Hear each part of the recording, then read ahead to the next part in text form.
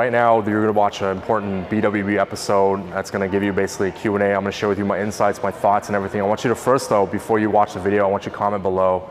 Let me know what questions, insights that you have as you're watching it.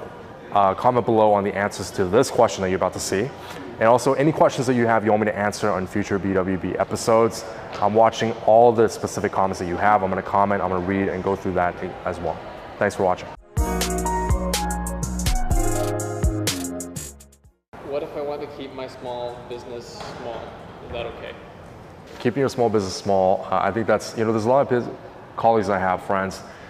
There's nothing wrong with building a lifestyle business in a nutshell. I think if you're doing there's a lot of people you can do 6 figures, $1 million, and then you basically do like 70, 80 grand a month in lifestyle business where you focus on just building it, you keep it small, that's fine. As long as it fits your lifestyle, right? It depends on what is the most important to you, what gives you fulfillment. What are your goals? What are you willing to trade in exchange for that success? I think that's a very important question. What are you willing to trade in exchange for that success? I think for me, for example, when I started out, if you know my story, my whole goal was to support my parents. It was not to build the biggest building in town. It was not to build like $100 million to $1 billion company.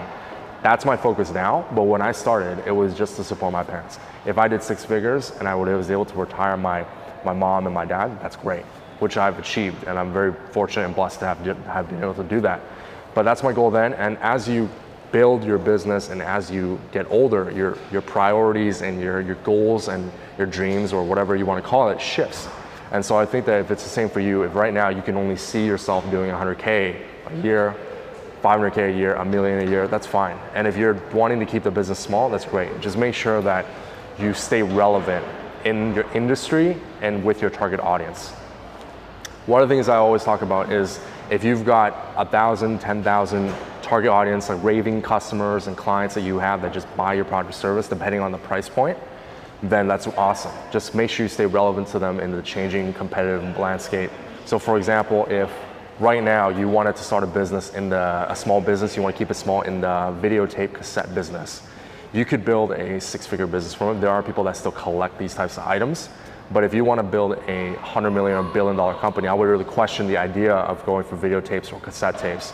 But if, let's say, you were trying to provide cryptocurrency or Bitcoin 25, 30 years ago, and then the timing just doesn't match up, then is the target audience that you're going for, are they really going to be invested in that? Is it something that's growing as people get more familiar with it?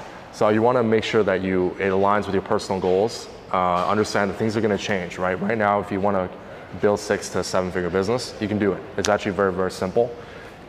The second question is, what are you willing to trade in exchange for that?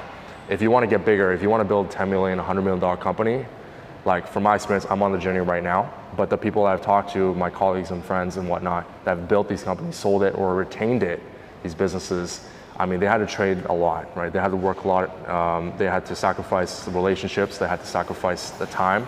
They traded 10, 15 years of their life to do that. And again, that's just if they were able to be successful, right? Because all you're doing here is just increasing the probability of success, but decreasing the probability of failure.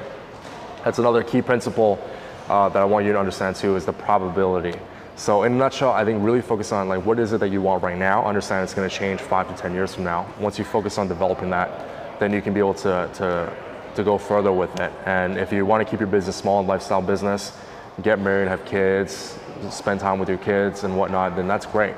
Focus on doing that. There's no reason that you want to build $10 million, $100 million business unless you're willing to make that trade in your life.